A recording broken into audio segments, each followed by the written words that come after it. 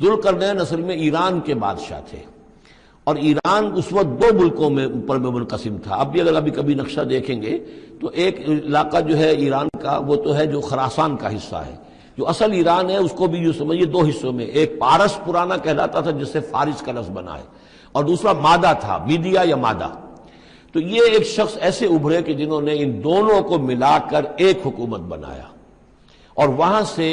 سلطنت ایران کا جو یوں سمجھیے کہ جو ان کا ایک سنہرا دور ہے، اور ان کی عظمت و سطوت جس کی کہ وہ بہت زیادہ جس پر فخر کرتے ہیں، اس لیے کہ ایرانی قوم بڑی نیشنلسٹ ہے، نسل پرست ہے، ان کے اندر اپنی تاریخ پر، اپنی روایات پر جو ہے وہ بہت ان کو فخر ہے۔ تو وہاں سے وہ دور شروع ہوا، اور انہوں نے پھر اس علامت میں کہ میں نے دو ملکوں کو جوڑ کر ایک بنایا ہے، اپنے تاج کے اندر دو سینگ لگا لیے تھے، اور وہ جو ہے ذوالقرنین یہ لقب ان کا ہو گیا تھا۔ اس کے حوالے سے سوال کیا گیا، اور اس کے بارے میں تفصیل جو اگلے رکوع میں آئے گی۔ اعوذ باللہ من الشیطان الرجیم، بسم اللہ الرحمن الرحیم۔ وَيَسْأَلُونَكَ عَنْ ذِي الْقَرْنَيْنِ قُلْ سَأَتْلُو عَلَيْكُمْ مِنْهُ ذِكْرًا، صدق اللہ العظیم۔ ذوالقرنین کے بارے میں آپ کو بتا چکا ہوں کہ ان کا نام تاریخ میں جو مشہور ہے وہ کہ خسرو یا سائرس، اور انہی سے اصل میں ایران کی عظمت کے دور کا آغاز ہوا تھا۔ چنانچہ تقریباً میں سمجھتا ہوں کہ شاید 25-30 سال پہلے کی بات ہے، جب شہنشاہ ایران اس وقت جب کہ ان کی بادشاہت جو ہے وہ بڑے عروج پر تھی، انہوں نے 2500 سالہ برسی منائی تھی انہی کہ خسرو کی، سائرس کی۔ ان کی قبر جو ہے مقبرہ وہ دریافت ہو گیا تھا، اور وہاں پر ان کا ایک مجسمہ بھی دریافت ہوا تھا کھدائی پر۔ اس مجسمے میں وہ دو لگے ہوئے تھے سینگ بھی۔ اس موضوع پر سب سے پہلے مولانا ابوالکلام آزاد مرحوم نے جو اپنی ترجمان القرآن کے نام سے انہوں نے مختصر ترجمہ اور تفسیر لکھی ہے، اس میں بڑے تفصیلی نوٹس لکھے ہیں۔ سب سے پہلے اہل علم کے حلقے میں ان کے بارے میں جو معلومات ہیں وہ ان کے ذریعے سے آئی ہیں، اب یہ تقریباً یونیورسلی ایکسیپٹڈ ہے۔ پھر سوال پیدا ہوتا ہے کہ ان سے کیا دلچسپی یہود کو تھی، تو وہ بھی سمجھ لیجئے کہ نبوکدنضر نے 587 قبل مسیح میں حملہ کیا تھا فلسطین پر، اور نبوکدنضر عراق کا بادشاہ تھا۔ اس مڈل ایسٹ کو ذہن میں رکھیے کہ میڈیٹرینین کے بالکل ساتھ ہے ملک شام، اور شام ہی کا ایک علاقہ فلسطین ہے۔ اس وقت جو ہے یہ فلسطین اور اسرائیل اور شرق اردن اور ویسٹ بینک اور لبنان، یہ سب مل کر جو ملک بنتے ہیں، در حقیقت یہ شام عرب ہے، یہ شام ہے۔ پھر اس کے مشرق میں یہ عراق عرب یا عراق ہے، اور اس کے مشرق میں پھر ایران ہے۔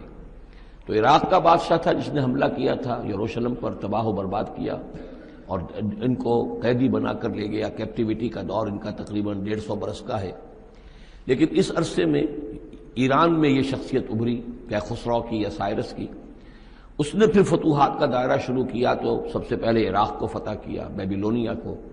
اور یہاں پر جو یہ اسیر تھے یہودی، ان کو اجازت دے دی کہ تم واپس جاؤ، اپنا یروشلم آزاد کرو، اپنے جا کر آباد کر لو دوبارہ۔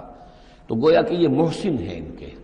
ذوالقرنین جو ہے ان کے محسن ہیں، جن کی وجہ سے کہ جن کے ذریعے سے اللہ تعالیٰ نے انہیں بیبیلونیا یعنی عراق کی کیپٹیوٹی جو ان کی اسارت کا دور تھا اس کو ختم کیا، آزادی ملی، اور پھر یہ واپس آئے۔ حضرت عزیر علیہ السلام کے ساتھ قافلہ آیا ہے، اور وہ تقریباً پھر انہوں نے آ کر یہاں اثر نو اس شہر کو بھی آباد کیا، اور ہیکل جو ہے حضرت سلیمان علیہ السلام کا بنایا ہوا جو وہ عبادت خانہ تھا اس کو دوبارہ تعمیر کیا۔ اس اعتبار سے ذوالقرنین جو ہے وہ ان کی تاریخ میں ایک معروف شخصیت ہے۔ تاریخ سے معلوم ہوتا ہے کہ انہوں نے پھر ایران کی پہلی حکومت کو کنسولیڈیٹ کر کے پارس اور مادہ کو ملا کر ایک سلطنت ایران بنائی۔ پھر ان کی فتوحات کے 3 دائرے ہیں۔ مغرب کی طرف میڈیٹرینین تک پورا علاقہ فتح کر لیا، مشرق میں پھر یہ ہمارا جو مکران تک کا علاقہ ہے، یہ سارا کا سارا علاقہ ایران کے ساتھ ہی ملتا ہوا ہے، بلوچستان، مکران، یہ پورا علاقہ انہیں فتح کیا۔ ایک مہم ان کی شمال کی طرف گئی، بحیرہ کیسپین جو ہے، اور ادھر سے جو وہ بلیک سی ہے، بحیرہ اسود، ان دونوں کے درمیان جو پہاڑی سلسلے ہیں، یہ شمال کی طرف جو ہے تیسری مہم گئی۔ جیسے کہ حضرت عمر رضی اللہ تعالیٰ عنہ کے عہد میں بھی 3 لشکر نکلے تھے مسلمانوں کے جزیرہ نما عرب سے۔ ایک لشکر شام سے ہوتا ہوا پھر مصر کی طرف گیا ہے، ایک لشکر عراق سے ہوتا ہوا ایران کی طرف گیا ہے، اور ایک لشکر سیدھا شمال کی طرف گیا ہے اور کوہ کاف تک جو ہے جس کو کوکیشیا کہتے ہیں وہاں تک کی فتوحات حاصل کی مسلمانوں نے۔ تو تقریباً یہی سمجھیے کہ ایک بلو پرنٹ تھا جو کہ یعنی ہمارے اس دور خلافت راشدہ سے یہ سمجھیے کہ لگ بھگ کوئی 2000 سال قبل جو ہے یہ واقعہ پیش آیا ہے، یا بلکہ اس سے کم کوئی 1500 سال قبل یہ واقعہ پیش آیا ہے، اور یہ ذوالقرنین جو ہیں یہ یہاں پر ایک بڑی عظیم سلطنت کے بانی بنے، لیکن نیک آدمی تھے۔ اور معلوم یہ ہوتا ہے کہ یہ اصل میں جو کہانیاں ہیں یا ان کی داستانیں ہیں کہ ان کو قتل کیا جانا تھا، یہ کہیں شہزادے تھے کسی چھوٹی سی مملکت کے، اور وہاں سے ان کو کسی نے بچایا کسی طریقے سے، اور پھر یہ صحرا میں رہے روپوش، اور وہاں کسی نبی کی تعلیم سے ان کو آشنائی ہوئی ہے۔ ہو سکتا ہے کوئی اسرائیلی نبی ہی کی تعلیم ہو، یہ بھی ہو سکتا ہے کہ زرتشت جو ہیں وہ بھی کوئی اللہ کے نبی ہوں اور ان کی تعلیم ان تک پہنچی ہو، لیکن خود ان کا کردار جو قرآن پیش کر رہا ہے وہ بہت ایک نیک مومن صالح ایک بندہ مومن اس کا کردار ہے۔ یہ کردار جو ہے کسی بھی درجے میں 1% بھی جو ہے وہ کسی اور دوسرے فاتح پر یا کسی اور حکمران کے اوپر جنہیں بھی ہم جانتے ہیں تاریخی اعتبار سے ان پر منطبق نہیں ہوتا، یہ انہی کی شخصیت ہے۔ وَيَسْأَلُونَكَ عَنِ ذِي الْقَرْنَيْنِ، اور اے نبی آپ سے پوچھ رہے ہیں ذوالقرنین کے بارے میں، قُلْ سَأَتْلُو عَلَيْكُم مِّنْهُ ذِكْرًا، ان سے کہیے میں ان قریب تمہیں اس کے بارے میں کچھ حالات بتاتا ہوں۔ اِنَّا مَكَّنَّا لَهُ فِي الْأَرْضِ، ہم نے اسے زمین میں بڑا تمکن عطا کیا تھا، غلبہ عطا کیا تھا، وَآتَيْنَاهُ مِن كُلِّ شَيْءٍ سَبَبًا، اور ہم نے اسے ہر طرح کا ساز و سامان، وسائل و ذرائع، تمام اسباب جو ہیں فراہم کر دیے تھے۔ فَأَتْبَعَ سَبَبًا، تو انہوں نے پھر ایک مہم تیار کی، یعنی ایک فتوحات کا دائرہ مغرب کی طرف، حتیٰ اذا بلغ مغرب الشمس، یہاں تک کہ جب وہ سورج کے غروب ہونے کی جگہ تک پہنچ گئے۔ اب یہ پرانے زمانے میں ظاہر بات ہے کہ پورا اس سے زیادہ نقشہ تو لوگوں کو معلوم بھی نہیں تھا، جب میڈیٹرینین کے ساحل پر پہنچ گئے تو معلوم آگے تو سمندر ہے،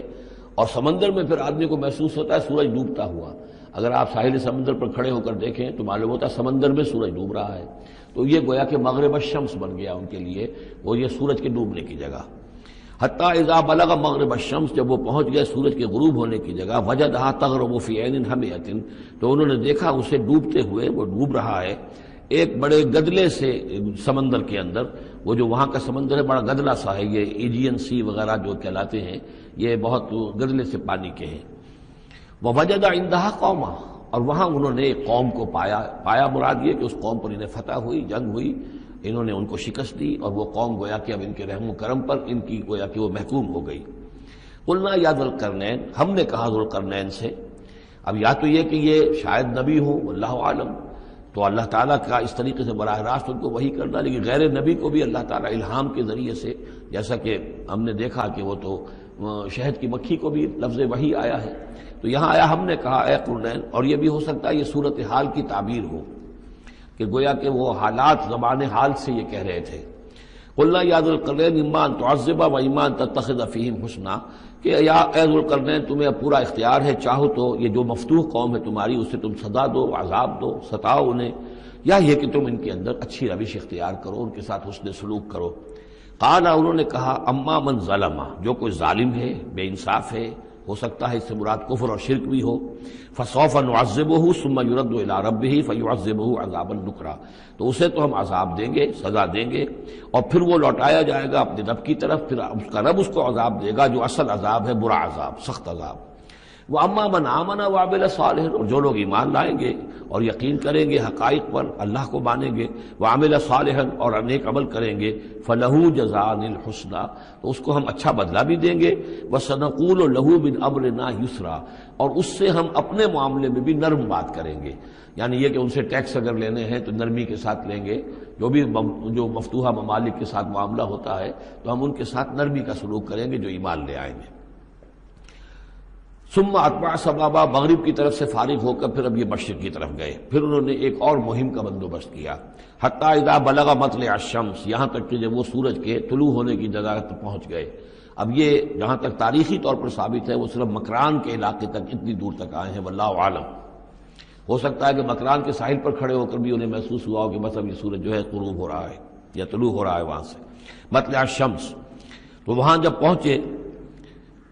وجدہا تطلع علی قوم لم نجعل لہم من دونہا سترا، تو انہوں نے پایا اس کو کہ وہ طلوع ہوتا ہے ایک ایسی قوم پر کہ جس کے لیے ہم نے آفتاب سے کوئی اوٹ نہیں رکھی ہے. یعنی یہاں کے جو قبائل تھے، گیڈروسیا وغیرہ یہ کہلاتا تھا اس زمانے کے اندر، یہ وحشی قبائل تھے، ان کو ابھی چھت بنانے کا فن نہیں آیا تھا. یعنی گھر جو ہوتے تھے وہ صرف دیواریں کھڑی ہوتی تھیں کہ جو خالی پلاٹ ہے زمین کا اس میں یہ دیوار کھڑی ہے، یہ میرا گھر ہے، یہ تمہارا گھر ہے، لیکن گھر میں چھت وغیرہ کا بھی کوئی تصور ان کے ہاں نہیں تھا. ظاہر بات ہے کہ چھت ڈالنا جو ہے یہ تو ایک تمدن کے ارتقاء کے دور کی علامت ہے. تو وہ بغیر کسی سورج کے سائے کے وہ اپنی زندگی گزارتے تھے. کذالک،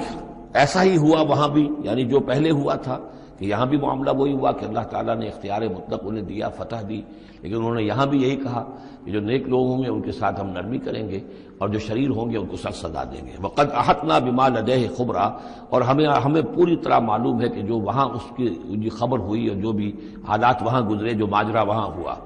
ثم اتبع سببا، اب یہ تیسری آ رہی ہے. ثم اتبع سببا، پھر اس نے ایک اور مہم تیار کی، یہ شمالی مہم ہے. حتی اذا بلغ بین السدین، یہاں تک کہ جب وہ دونوں پہاڑوں کے درمیان پہنچ گئے، دو دیواروں کے درمیان پہنچ گئے. تو یہ سمجھ لیجئے بحیرہ کیسپیئن داہنی طرف ہے، مشرق میں بحیرہ اسود، بحر اسود،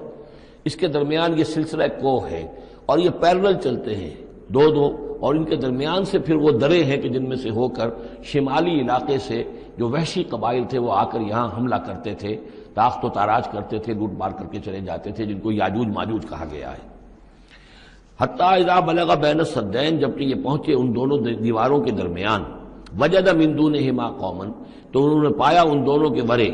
ایسے لوگوں کو، لا یکادون یفقہون قولا، یہ لوگ بھی ایسے تھے غیر متمدن، کیونکہ بات سمجھتے نہیں تھے، یعنی زبان ایسی ہوگی کہ جو ان کی سمجھ میں نہیں آ رہی تھی، لیکن یہ کہ کسی نہ کسی ذریعے سے انہوں نے اپنا ایک مطلب، اپنی ایک عرضداشت پیش کی. قالوا یا ذا القرنین، انہوں نے کہا کہ اے ذو القرنین، ان یاجوج و ماجوج مفسدون فی الارض، یاجوج اور ماجوج جو قومیں ہیں یہ زمین میں بہت فساد مچانے والی ہیں. فہل نجعل لک خرجا، تو کیا ہم آپ کے لیے ایک سالانہ خراج مقرر کر دیں، الا ان تجعل بیننا و بینہم سدا، اس کے عوض کہ آپ ہمارے اور ان کے درمیان ایک سد تعمیر کر دیں، ایک دیوار حائل کر دیں کہ وہ ہم پر حملہ آور نہ ہو سکے، یعنی درے کو بند کر دیا جائے. یوں سمجھیے جس اصول پر کہ آج کل ڈیم بنتے ہیں. ڈیم کیا ہے کہ ایک پہاڑی سلسلہ یوں آ رہا ہے، ایک پہاڑی سلسلہ یوں آ رہا ہے، دریا درمیان میں سے گزر رہا ہے، آپ نے اس گزرگاہ پر ایک دیوار کھڑی کر دی تو یہ گویا کہ ایک آرٹیفیشل لیک کریٹ ہو گئی، پانی یہاں جمع ہو رہا ہے. تو اگر پہاڑی سلسلے دو چل رہے ہوں، ان کے درمیان جو راستہ ہے اس کو اگر بند کر دیا جائے، ایک دیوار کھڑی کر دی جائے اور اس دیوار کے مضبوط دیوار ہو، تو ظاہر بات ہے کہ پھر ادھر سے کوئی آ کر حملہ آور نہیں ہو سکتا، ان کے لیے ایک حفاظت کا سامان ہو جاتا ہے. یہاں یہ سمجھ لیجئے کہ یاجوج ماجوج سے کیا مراد ہے. حضرت یافس علیہ السلام، جو تین بیٹے تھے حضرت نوح علیہ السلام کے، سام، حام، یافس. سامی نسل کے بارے میں تو ہم نے بہت کچھ سمجھ لیا کہ حضرت ابراہیم بھی سامی نسل سے تھے، پھر قوم عاد بھی سام ہی کی نسل کی ایک شاخ تھی، قوم سمود بھی اسی کی شاخ تھی. یہ تمام جو ہے یہ تو سیمیٹک ریسز ہیں. حضرت یافس کی اولاد نے یہ سینٹرل ایشین ماؤنٹینز کا جو سلسلہ ہے اس کو کراس کیا اور شمال میں چلے گئے، اور شمال میں جا کر دائیں بائیں پھیل گئے. پھر یہ میدان ہے، ٹنڈرے کے میدان اور فلانے میدان اور بڑے بڑے کھلے میدان ہیں. تو گویا کہ ایشیا کو درمیان میں جو سلسلہ کوہ تقسیم کر دیتا ہے، ایک شمالی حصہ ہے، ایک اس کے جنوبی حصہ ہے. یہ شمالی میں چلے گئے اور جا کر پھر پھیلے. پھیلنے میں وہ مشرق کی طرف آئے تو چین اور ہند چینی تک یہ ساری قومیں جو ہیں یہ یلو ریسز، یہ انہی کی نسل سے ہیں. اور مغرب میں چلے تو روس، اور روس سے ہو کر روس کے ساتھ ملتا ہوا علاقہ اسکینڈینیوین کنٹریز کے ساتھ، پھر وہاں سے وہ اتر کے اور یورپ کے بھی جو یہ مغربی ممالک ہیں، اینگلو سیکسنز جو ہیں، یہ بھی در حقیقت اسی سے اسکینڈینیوین کنٹریز سے اترے ہوئے لوگ ہیں. تو یوں سمجھ لیجئے کہ ویسٹرن یورپ اور ایسٹرن یورپ کا بھی خاص طور پر شمالی علاقہ، اور پورا یہ روس کا علاقہ، اور پورا صحرائے گوبی، اور پورا چین، اور وہاں تک جو ہے ہند چینی تک، یہ یافس کی نسل ہے. یافس کے جن بیٹوں کے نام تورات میں آئے ہیں، کئی نام ہیں، وہ کوئی ایک دو نہیں، ان میں گوگ اینڈ میگوگ بھی ہے، توبال بھی ہے، موسک بھی ہے. موسک ایک شخص کا نام ہے، اور ماسکو ہو سکتا ہے کہ اسی نے آباد کیا ہو اور وہیں سے وہ نام بنا ہو. توبال اور بالٹک سی جو ہے اس ایریا کے اندر جو ہے بالٹک سٹیٹس، توبال ان کے ایک بیٹے کا نام تھا. یہ تورات کے اندر نام دیے گئے ہیں. گوگ اینڈ میگوگ، جاجوج ماجوج، یہ بھی انہی کے بیٹوں کے. یہ تمام اقوام جو ہے یہ وحشی ہیں، اور یہ تاخت و تاراج کرنا، لوٹ مار کرنا، یہ ان کا طریقہ ہے، اور ان کا ہے ذکر جو یہاں پر ہو رہا ہے. یہ جو سیلاب آیا تھا، کولونیل سیلاب جو ہم پر آیا تھا، جس میں کہ یہ اینگلو سیکسنز تھے، یہ سب کے سب جو ہیں یہ اسی نارڈک ریسز سے ہیں، یہ بھی یاجوج اور ماجوج کی نسل ہیں۔ ایک سیلاب ان کا آ چکا ہے جو آیا تھا یورپ سے نکل کر، یہ کولونیل سیلاب آیا اور پوری دنیا کے اوپر چھا گیا تھا، ایشیا اور افریقہ کو انہوں نے فتح کیا، کولونائز کیا۔ اب اگرچہ ان کی وہ بساط ایک دفعہ تو لپیٹ دی گئی ہے، وہ واپس چلے گئے ہیں، انڈائریکٹلی ہم پر حکومت کر رہے ہیں۔ ابھی ان کے جو ملٹی نیشنلز ہیں ان کے ذریعے سے یا بینکوں کے ذریعے سے، آئی ایم ایف کے ذریعے سے، ورلڈ بینک کے ذریعے سے انڈائریکٹ حکومت ہے جو نیو ورلڈ آرڈر ہے۔ لیکن یہ ہے کہ ابھی ایک اور جو سیلاب ان کا آنے والا ہے وہ آتا ہے احوال قیامت کے معاملات میں۔ آرمگڈون کے بعد جب حضرت مسیح علیہ السلام کا نزول ہو چکے گا اور یہودیوں کا خاتمہ ہو چکے گا، اور پھر یہ کہ تمام جو عیسائی ہیں وہ مسلمان ہو جائیں گے، عیسائیت ختم ہو جائے گی حضرت مسیح علیہ السلام کے آنے کے بعد، اور مسلمان اور عیسائی مل کر ایک ملت بن جائیں گے، سب مسلمان ہوں گے۔ اس کے بعد آخری سیلاب پھر آنا ہے جو اس کے خلاف، وہ احادیث میں آتا ہے، پھر وہ یاجوج اور ماجوج کا ہوگا۔ اور میرے نزدیک یہ یاجوج اور ماجوج جو ہیں وہ ایسٹرن علاقے سے آئیں گے، چائنا وغیرہ سے، ہند چینی سے۔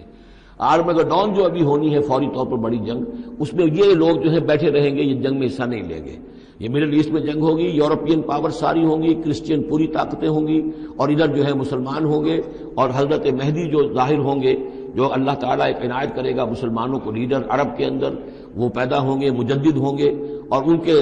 کے ذریعے سے عرب کے اندر ایک اسلامی حکومت بھی قائم ہوگی۔ لیکن ان کے لیے مدد کے لیے خراسان کے علاقے سے فوجیں آئیں گی، مشرق سے آئیں گی، اور یہ علاقہ جو ہے وہ ہے جو ہمارے قریب ہے اور ہم بھی اسی علاقے میں ہیں۔ اللہ تعالیٰ ہمیں توفیق دے کہ یہاں وہ ہم پہلے اس نظام میں خلافت قائم کریں، تاکہ یہاں سے پھر فوجیں جائیں اور حضرت مسیح کے ساتھ ہو کر اور حضرت مہدی کے ساتھ ہو کر عیسائیوں اور یہودیوں کے ساتھ جنگ کریں، اور بالآخر پھر یہ کہ پوری دنیا میں اسلام کا بول بالا ہوگا۔ لیکن جب یہ ہو چکے گا اس کے بعد ایک سیلاب پھر آئے گا یاجوج اور ماجوج کا۔